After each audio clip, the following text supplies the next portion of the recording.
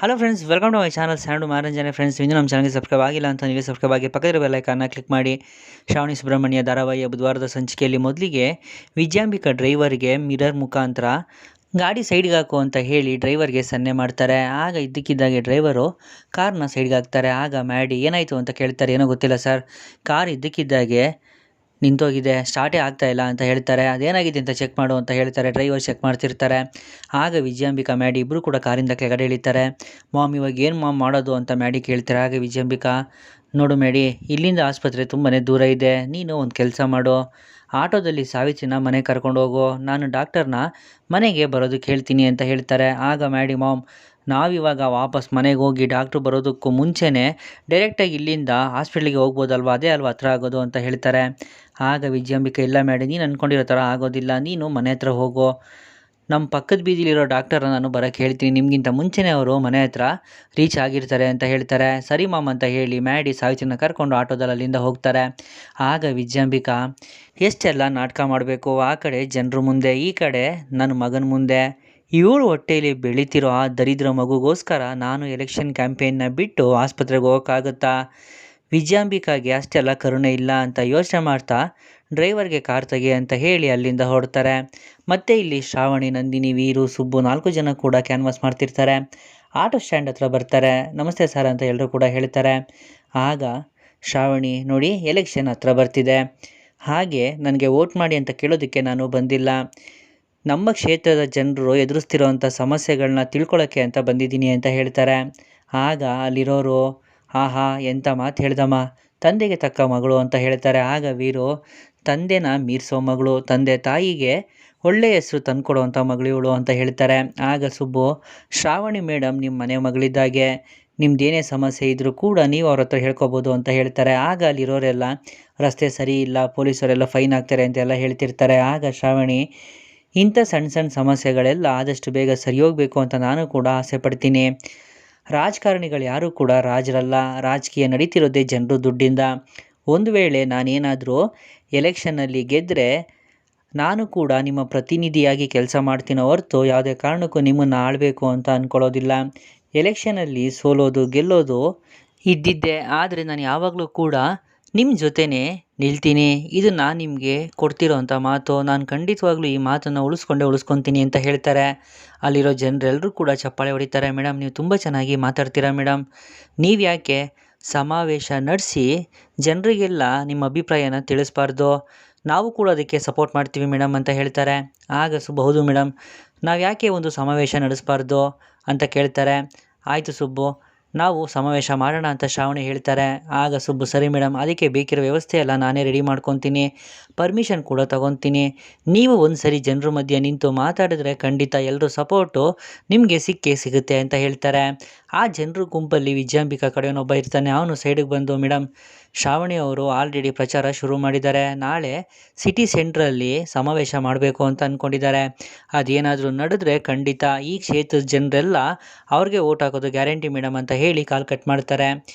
ಮತ್ತು ಇದೇ ರೀತಿ ಶ್ರಾವಣಿ ಎಲ್ಲ ಕಡೆ ಕ್ಯಾನ್ವಾಸ್ ಮಾಡ್ತಿರ್ತಾರೆ. ಒಂದಷ್ಟು ಜನ ಇವ್ರಿಗೆ ಸಪೋರ್ಟ್ ಅಂತ ಹೇಳಿ ಕ್ಯಾನ್ವಾಸ್ಗೂ ಕೂಡ ಇವ್ರ ಜೊತೆನೇ ಬರ್ತಾರೆ.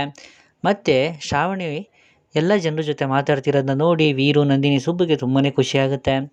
ಆಗ ಸುಬ್ಬು, ಅಮ್ಮೋರೆ ನೋಡಿದ್ರಾ, ಶ್ರಾವಣಿ ಮೇಡಮು ಜನರ ಮಧ್ಯದಲ್ಲಿ ಬೆರ್ತೋಗಿದ್ದಾರೆ ಅಂತ ಹೇಳ್ತಾರೆ. ಆಗ ವೀರು, ಅವಳು ಗೆಲ್ಲೋದಕ್ಕೆ ಅಂತ ಎಲೆಕ್ಷನ್ಗೆ ನಿಲ್ತಿಲ್ಲ, ಸಂಪೂರ್ಣವಾಗಿ ಜನರು ಸೇವೆ ಮಾಡಬೇಕು ಅಂತಲೇ ಎಲೆಕ್ಷನ್ಗೆ ನಿಂತಿರೋದು ಅಂತ ಹೇಳ್ತಾರೆ. ಆಗ ನಂದಿನಿ, ವೀರು, ಇವಳನ್ನ ನೋಡ್ತಿದ್ರೆ ನನಗೆ ನಮ್ಮ ಅಪ್ಪನ ನೋಡಿದಾಗ ಆಗ್ತಿದೆ, ಜನರ ಕಷ್ಟಗಳನ್ನ ಅರ್ಥ ಮಾಡ್ಕೊಳ್ಳೋವಂಥ ಹೃದಯ, ಹಾಗೆ ರಾಜಕೀಯದಲ್ಲಿ ದಿಟ್ಟವಾಗಿ ನಿಲ್ಲಬೇಕು ಅನ್ನೋ ಛಲ, ಥೇಟ್ ಎಲ್ಲ ನಮ್ಮ ಅಪ್ಪನ ಥರನೇ ಅಂತ ಹೇಳ್ತಾರೆ. ನಂದಿನಿ ಮಾತು ಕೇಳಿ ವೀರಿಗೂ ಖುಷಿಯಾಗುತ್ತೆ. ಮತ್ತು ಇಲ್ಲಿ ಸಾವಿತ್ರಿ ರೂಮಲ್ಲಿ ಇರ್ತಾರೆ, ಮ್ಯಾಡಿ ಆಚೆ ಇರ್ತಾರೆ, ಡಾಕ್ಟರ್ ಕೂಡ ಬಂದಿರ್ತಾರೆ. ಸಾವಿತ್ರಿಗೆ ಡೆಲಿವರಿ ಆಗುತ್ತೆ. ಮಗು ಅಳ್ತಿರೋ ಶಬ್ದ ಕೇಳಿ ಮ್ಯಾಡಿಗೆ ತುಂಬಾ ಖುಷಿಯಾಗುತ್ತೆ. ಆಗ ಡಾಕ್ಟರ್ ಮಗುನ ಆಚೆ ಎತ್ಕೊಂಡ್ಬಂದು, ಕಂಗ್ರ್ಯಾಚುಲೇಷನ್ಸ್, ನೀವು ಅಪ್ಪ ಆಗಿದ್ದೀರಾ, ನಿಮಗೆ ಹೆಣ್ಮಗು ಆಗಿದೆ, ತಗೊಳ್ಳಿ ಅಂತ ಹೇಳಿ ಮಗುನ ಮ್ಯಾಡಿ ಕೈ ಕೊಡ್ತಾರೆ. ಮಗುನ ನೋಡ್ತಿದ್ದಾಗೆ ಮ್ಯಾಡಿ ಕಣ್ ತುಂಬ್ಕೊತಾರೆ. ಆಗ ಡಾಕ್ಟರ್, ನೋಡಿ, ಇದು ನಿಮ್ಮ ಮಗುನ ನೀವು ಮೊದಲನೇ ಸರಿ ಎತ್ಕೊತಿದ್ದೀರಲ್ಲ, ಅದಕ್ಕೆ ಆಗ್ತಿರೋ ಅಂಥ ಒಂದು ಎಮೋಷ್ನಲ್ ಫೀಲಿಂಗ್ ಅಂತ ಹೇಳ್ತಾರೆ. ಡಾಕ್ಟ್ರೇ, ಸಾವಿತ್ರಿ ಅಂತ ಮ್ಯಾಡಿ ಕೇಳ್ತಾರೆ. ಅವರು ಆರಾಮಾಗೇ ಇದ್ದಾರೆ. ನಾರ್ಮಲ್ ಡೆಲಿವರಿ ಏನೂ ತೊಂದರೆ ಇಲ್ಲ ಅಂತ ಹೇಳ್ತಾರೆ. ನಾನೊಂದ್ಸರಿ ನೋಡ್ಬೋದಾ ಅಂತ ಮ್ಯಾಡಿ ಕೇಳ್ತಾರೆ. ಆಗ ಡಾಕ್ಟರ್ ಸ್ವಲ್ಪ ಹೊತ್ತು ವೆಯ್ಟ್ ಮಾಡಿ, BP ಎಲ್ಲ ನಾರ್ಮಲ್ ಆಗಲಿ, ಆಮೇಲೆ ನಾನೇ ಕರಿತೀನಿ, ಆವಾಗ ಬೇಕಾದರೆ ನೋಡೋರಂತೆ ಅಂತ ಹೇಳಿ ಮಗುನ ತಗೊಂಡು ಒಳಗಡೆ ಹೋಗ್ತಾರೆ. ಆಗ ಮ್ಯಾಡಿ ಈ ವಿಷಯನ ಮೊದಲು ನಾನು ಮಾಮ್ಗೆ ತಿಳಿಸ್ಲೇಬೇಕು ಅಂತ ಹೇಳಿ ಫೋನ್ ಮಾಡ್ತಾರೆ. ವಿಜಯಾಂಬಿಕಾ ರೆಸ್ಪಾನ್ಸ್ ಮಾಡದೇ ಇರೋದು ನೋಡಿ ಮ್ಯಾಡಿಗೆ ತುಂಬಾ ಬೇಜಾರಾಗುತ್ತೆ. ಮತ್ತೆ ಇಲ್ಲಿ ಸುಬ್ಬು ಶ್ರಾವಣಿ ಮನೆಗೆ ಬರ್ತಾರೆ. ಮನೆಯವ್ರ ಹತ್ರ ಮಾತಾಡ್ತಾ ಇರ್ತಾರೆ. ಇವತ್ತು ಪ್ರಚಾರ ಎಲ್ಲ ತುಂಬ ಚೆನ್ನಾಗಾಯಿತು, ಎಷ್ಟೊಂದು ಜನ ಸೇರಿದ್ರು ಗೊತ್ತಾಪ, ನೀವು ನೋಡಬೇಕಿತ್ತು. ಎಲ್ಲರೂ ಶ್ರಾವಣಿ ಮೇಡಮ್ ಬಗ್ಗೆನೇ ಮಾತಾಡ್ತಿದ್ರು.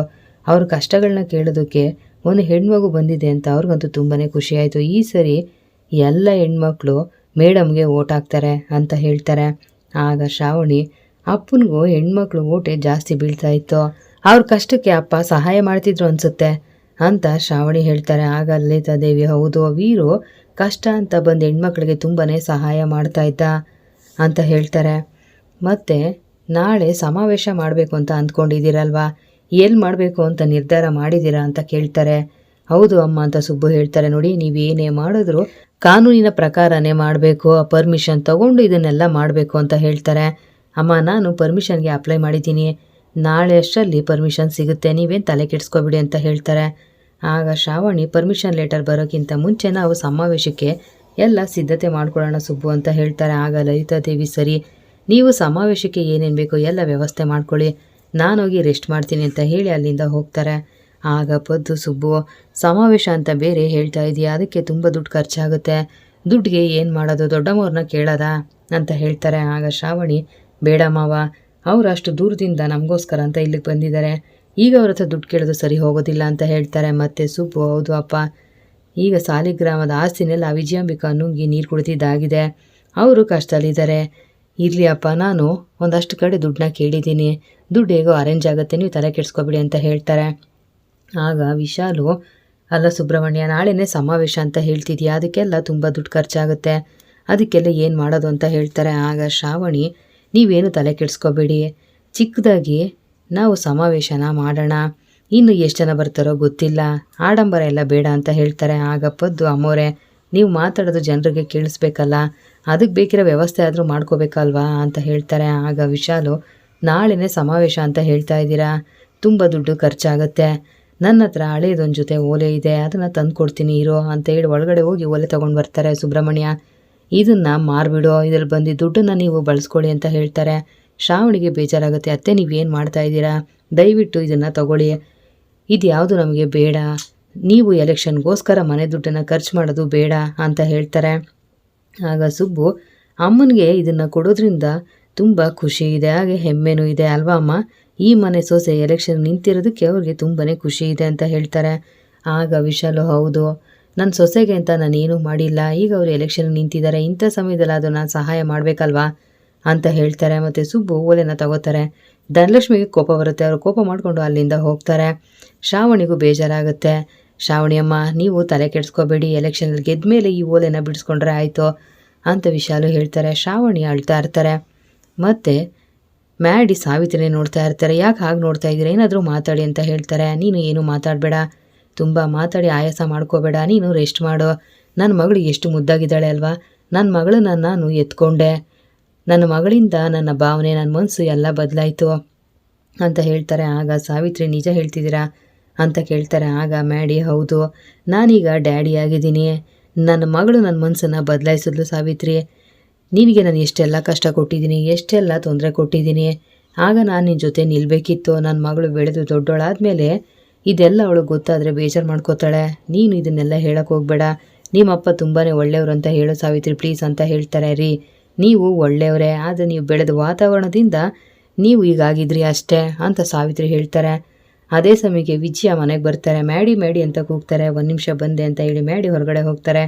ಮ್ಯಾಡಿ ನಾನು ಆಗ್ಲಿಂದ ಕೂಗ್ತಾ ಇದ್ದೀನಿ, ಏನು ಮಾಡ್ತಾ ಇದ್ದೆ ಅಂತ ಹೇಳ್ತಾರೆ. ಆಗ ಮ್ಯಾಡಿ ಮನೆಗೆ ಮಹಾಲಕ್ಷ್ಮಿ ಬಂದಿದ್ದಾಳೆ, ನನಗೆ ಹೆಣ್ಮಗು ಆಗಿದೆ, ನೀನೊಂದು ಸರಿ ಬಂದು ಮಗುನ ನೋಡು ಬಾ ಅಂತ ಹೇಳ್ತಾರೆ. ಆಗ ವಿಜಯ ಒಳ್ಳೆಯದು, ನನಗೀಗ ಟಯರ್ಡ್ ಆಗಿದೆ, ನಾನು ಆಮೇಲೆ ಮಗುನ ನೋಡ್ತೀನಿ. ಮ್ಯಾಡಿ ಮಗು ಆಗಿದೆ ಅಂತ ನೀನು ಎಕ್ಸೈಟ್ ಆಗಬೇಡ, ಎಲೆಕ್ಷನ್ ಕಡೆ ಗಮನ ಕೊಡಬೇಕು ಅಂತ ಹೇಳ್ತಾರೆ. ನೀನು ಒಂದೇ ಒಂದು ಸರಿ ಬಂದು ಮಗುನ ನೋಡು, ಮಗು ನಿನ್ನ ಹಾಗೆ ಇದೆ ಬಾ ಅಂತ ಹೇಳಿ ವಿಜಯನ ಕೈ ಹಿಡ್ಕೊಂಡು ಒಳಗಡೆ ಕರ್ಕೊಂಡು ಹೋಗ್ತಾರೆ. ಮಗುನ ನೋಡ್ತಾರೆ. ಆ ಮಗು ತುಂಬ ಚೆನ್ನಾಗಿದೆ, ನೀನು ರೆಸ್ಟ್ ಮಾಡಮ್ಮ, ಆರೋಗ್ಯದ ಕಡೆ ಗಮನ ಕೊಡು, ನನಗೆ ತುಂಬ ಸುಸ್ತಾಗಿದೆ, ನಾನು ಹೋಗಿ ರೆಸ್ಟ್ ಮಾಡ್ತೀನಿ ಅಂತ ಹೇಳಿ ಹೊರಗಡೆ ಹೋಗ್ತಾರೆ. ಮತ್ತು ಮ್ಯಾಡಿನವ್ರು ಹಿಂದೆನೇ ಹೋಗ್ತಾರೆ. ಆಗ ಮಾಮ್ ಅಂತ ಹೇಳ್ತಾರೆ, ಮತ್ತೇನೋ ನಿಂದು, ನಾನೀಗ ಬಂದು ಮಗುನ ನೋಡಿದೆ ತಾನೆ ಅಂತ ಹೇಳ್ತಾರೆ ಮಾಮ್. ನನ್ನ ಮಗುನ ನಾನು ಫಸ್ಟ್ ಟೈಮ್ ಎತ್ಕೊಂಡೆ, ಆ ಮಗು ನನ್ನ ಮನಸ್ಸನ್ನು ಬದಲಾಯಿಸ್ತು ಮಾಮ್. ನಾನೀಗ ಅಪ್ಪ ಆಗಿದ್ದೀನಿ. ನನ್ನ ಮಗಳು ಹೊಟ್ಟೆಲಿದ್ದಾಗಲೇ ನನ್ನ ಧ್ವನಿ ಕೇಳಿದ್ರೆ ರಿಯಾಕ್ಟ್ ಮಾಡ್ತಾ ಇದ್ಲು. ಅಪ್ಪ ಅನ್ನೋ ಹೆಸ್ರಿಗೆ ಇಷ್ಟು ಶಕ್ತಿ ಇದೆ ಅಂತ ನನಗೆ ಗೊತ್ತೇ ಇರಲಿಲ್ಲ. ನಾನು ಹುಟ್ಟಿದಾಗಲೂ ಅಪ್ಪನಿಗೆ ಇಷ್ಟೇ ಖುಷಿಯಾಗಿತ್ತು ಅನಿಸುತ್ತೆ ಅಲ್ವಾ ಮಾಮ್. ಅಂದಾಗೆ ನಮ್ಮ ಅಪ್ಪ ಯಾರು ಅಂತ ಕೇಳ್ತಾರೆ. ವಿಜಯ್ಗೆ ಗಾಬರಿ ಆಗುತ್ತೆ. ಮ್ಯಾಡಿ, ಈಗ ಅದೆಲ್ಲ ಯಾಕೆ ಅಂತ ಕೇಳ್ತಾರೆ. ಬೇಕು ಮಾಮ್, ನನಗೆ ಅಪ್ಪ ಯಾರು ಅಂತಲೇ ಗೊತ್ತಿಲ್ಲ, ಅವ್ರು ಹೇಗಿದ್ದಾರೆ ಅಂತಲೂ ಗೊತ್ತಿಲ್ಲ, ಅವ್ರನ್ನ ನೋಡಿಲ್ಲ, ಅವ್ರ ಫೋಟೋ ಅದು ತೋರಿಸು ಮಾಮ್ ಅಂತ ಕೇಳ್ತಾರೆ. ಮ್ಯಾಡಿ, ಬಾಯಿಗೆ ಬಂದಂಗೆಲ್ಲ ಮಾತಾಡಬೇಡ. ಆ ಶ್ರಾವಣಿ ನಾಳೆ ಸಮಾವೇಶ ಮಾಡಬೇಕು ಅಂತ ಅಂದ್ಕೊಂಡಿದ್ದಾಳೆ. ಅದನ್ನು ನಿಲ್ಲಿಸೋದಕ್ಕೆ ಏನು ಮಾಡಬೇಕು ಅಂತ ಯೋಚನೆ ಮಾಡೋ. ನೀನು ಅದ್ರ ಕಡೆ ಗಮನ ಕೊಡು. ಅದನ್ನು ಬಿಟ್ಟು ಏನೇನೋ ಕೇಳಿ ಸುಮ್ಮನೆ ನನಗೆ ತಲೆ ಕೆಡಿಸ್ಬೇಡ ಅಂತ ಹೇಳಿ ಅಲ್ಲಿಂದ ಹೋಗ್ತಾರೆ. ಮ್ಯಾಡಿಗೆ ಬೇಜಾರಾಗುತ್ತೆ. ಈ ಮಾಮ್ಗೆ ಏನಾಗಿದೆ, ಡ್ಯಾಡಿ ಬಗ್ಗೆ ಏನೇ ಕೇಳಿದ್ರು ಹೇಳ್ತಿಲ್ವಲ್ಲ ಅಂತ ಯೋಚನೆ ಮಾಡ್ತಾ ಇರ್ತಾರೆ. ಮತ್ತು ಧನಲಕ್ಷ್ಮಿ ಒಬ್ಬರೇ ನಿಂತ್ಕೊಂಡಿರ್ತಾರೆ. ಅಲ್ಲಿಗೆ ವಿಶಾಲು ಬರ್ತಾರೆ. ಧನ, ಯಾಕೆ ಇಲ್ಲಿ ನಿಂತಿದ್ಯಾ, ನೀನು ಕೊಡಬೇಕು ಅಂತ ಹೇಳಿದ ಓಲೆನ ಅಡ ಇಟ್ಟೆ ಅಂತ ನಿಂಗೆ ಬೇಜಾರಾಗ್ತಿದ್ಯಾ ಅಂತ ಕೇಳ್ತಾರೆ. ಅಮ್ಮ, ನಾನು ಚಿನ್ನದ ಬಗ್ಗೆ ಯೋಚನೆ ಮಾಡ್ತಿಲ್ಲಮ್ಮ, ನಾನು ನನ್ನ ತಮ್ಮನ ಬಗ್ಗೆ ಯೋಚನೆ ಮಾಡ್ತಿದ್ದೀನಿ ಅಂತ ಹೇಳ್ತಾರೆ. ಏನೇ ಹೇಳ್ತಿದ್ಯಾ ಅಂತ ವಿಶಾಲು ಕೇಳ್ತಾರೆ. ಆಗ ಧನ, ಹೌದು ಅಮ್ಮ, ನಾನು ಅಕ್ಕನಾಗಿ ಅವನಿಗೆ ಏನು ಸಹಾಯ ಮಾಡ್ತಿಲ್ಲ. ಮದುವೆ ಆದಮೇಲೆ ಗಂಡನ ಮನೆಗೆ ಹೋಗಬೇಕಿತ್ತು, ಆದರೆ ನಾನು ತವ್ರ ಮನೇಲಿ ಇದ್ದೀನಿ. ನನ್ನನ್ನು ನನ್ನ ತಮ್ಮನೇ ನೋಡ್ಕೋತಾ ಇದ್ದಾನೆ. ಸಾಲದು ಅಂತ ನನ್ನ ಮಗಳನ್ನು ಅವನೇ ನೋಡ್ಕೋತಾ ಇದ್ದಾನೆ. ಈಗ ಈ ಮನೆಯವ್ರನ್ನೆಲ್ಲ ಅವನೇ ನೋಡ್ಕೋತಾ ಇರೋದು. ಒಬ್ಬನೇ ಎಷ್ಟು ಅಂತ ದುಡಿತಾನೆ, ಎಷ್ಟು ಅಂತ ಕಷ್ಟಪಡ್ತಾನೆ. ಸಾಲದು ಅಂತ ಈಗ ಹೆಂಡ್ತಿನ ಎಲೆಕ್ಷನ್ಗೆ ಬೇರೆ ನಿಲ್ಲಿಸಿದ್ದಾನೆ. ಎಲೆಕ್ಷನ್ಗೆ ನಿಲ್ಲಿಸಿ ಗೆಲ್ಸೋದು ಅಂದರೆ ಏನು ತಮಾಷೆನಾ ಅಮ್ಮ, ಅದಕ್ಕೆ ತುಂಬ ದುಡ್ಡು ಖರ್ಚಾಗುತ್ತೆ ತಾನೇ. ನಾನು ಅವತ್ತಿಂದ ಇದನ್ನೇ ಹೇಳ್ತಾ ಇರೋದು. ಇದೆಲ್ಲ ಅವನಿಗೆ ಬೇಕಾ? ಇದನ್ನೆಲ್ಲ ಬಿಟ್ಟು ಒಂದು ಕೆಲಸ ಅಂತ ಹುಡ್ಕೊಂಡು ಕೆಲಸಕ್ಕೆ ಹೋದರೆ ಕೈ ತುಂಬ ಸಂಬಳ ಬರುತ್ತೆ, ಆಗ ಅವನು ನೆಮ್ಮದಿಯಾಗಿರಬಹುದು ಅಲ್ವಾ. ಎಷ್ಟು ದಿನ ಅಂತ ಅವನು ಹೀಗೆ ಎಲ್ಲರನ್ನೂ ನೋಡ್ಕೋತಾ ಇರ್ತಾನೆ ಹೇಳಮ್ಮ, ಅವನಿಗೆ ಅಂತ ಅವನದು ಒಂದು ಜೀವನ ಇದೆ ತಾನೆ ಅಂತ ಹೇಳ್ತಾರೆ. ವಿಶಾಲಿಗೆ ಬೇಜಾರಾಗುತ್ತೆ. ಅದಾಗಲ್ಲ ಕಣೆ, ಶ್ರಾವಣಿ ಅಮ್ಮ ಎಲೆಕ್ಷನ್ಗೆ ಅಂತ ಏನೋ ಹೇಳೋಕೆ ಹೋಗ್ತಾರೆ. ಅಮ್ಮ, ಯಜಮಾನ್ರೇನೋ ನಿಲ್ಲಿಸ್ಬೇಕು ಅಂತ ಹೇಳಿದ್ರು, ಆದರೆ ಇವರು ಬೇಡ ಅಂತ ಹೇಳ್ಬೋದಾಗಿತ್ತಲ್ಲ. ಈಗ ಎಲೆಕ್ಷನ್ಗೆ ತುಂಬ ದುಡ್ಡು ಖರ್ಚಾಗುತ್ತೆ, ಅದಕ್ಕೆ ಅವನು ಏನು ಮಾಡ್ತಾನೆ. ಮತ್ತು ರಾಜಕೀಯದಲ್ಲಿ ಒಳ್ಳೆಯವರು ಅಂತ ಯಾರೂ ಇರೋದಿಲ್ಲ. ಅದು ಅಲ್ಲದೆ ಆ ವಿಜಯಾಂಬಿಕಾ ನರರೂಪದ ರಾಕ್ಷಸಿ, ಅವಳು ಏನು ಬೇಕಾದರೂ ಮಾಡ್ತಾಳೆ. ಅವಳ ಸ್ವಾರ್ಥಕ್ಕೋಸ್ಕರ ಶ್ರಾವಣಿ ಮೇಡಮ್ ಅವ್ರನ್ನ ಸಾಯಿಸಿದ್ರೆ ಏನಮ್ಮ ಮಾಡೋದು, ಅವ್ರ ಪ್ರಾಣಕ್ಕೆ ಏನಾದರೂ ಅಪಾಯ ಆದರೆ ನಾವೇನಮ್ಮ ಮಾಡೋದು ಅಂತ ಹೇಳ್ತಾರೆ. ಆ ಮಾತು ಕೇಳಿ ವಿಶಾಲ್ ಅವ್ರಿಗೆ ಗಾಬರಿ ಆಗುತ್ತೆ. ಶ್ರಾವಣಿ ಮರೇಲಿ ನಿಂತ್ಕೊಂಡು ಇವ್ರ ಮಾತನ್ನು ಕೇಳಿಸ್ಕೊತಾ ಇರ್ತಾರೆ. ಇಲ್ಲಿಗೆ ಶ್ರಾವಣಿ ಸುಬ್ರಹ್ಮಣ್ಯ ಧಾರಾವಾಹಿ ಬುಧವಾರ ಸಂಚಿಕೆ ಮುಕ್ತಾಯ ಆಗುತ್ತೆ. ಮುಂದಿನ ವಿಡಿಯೋಗೆ ದಯವಿಟ್ಟು ಚಾನಲ್ ಸಬ್ಸ್ಕ್ರೈಬ್ ಮಾಡಿ, ಲೈಕ್ ಮಾಡಿ, ಶೇರ್ ಮಾಡಿ. Thank you.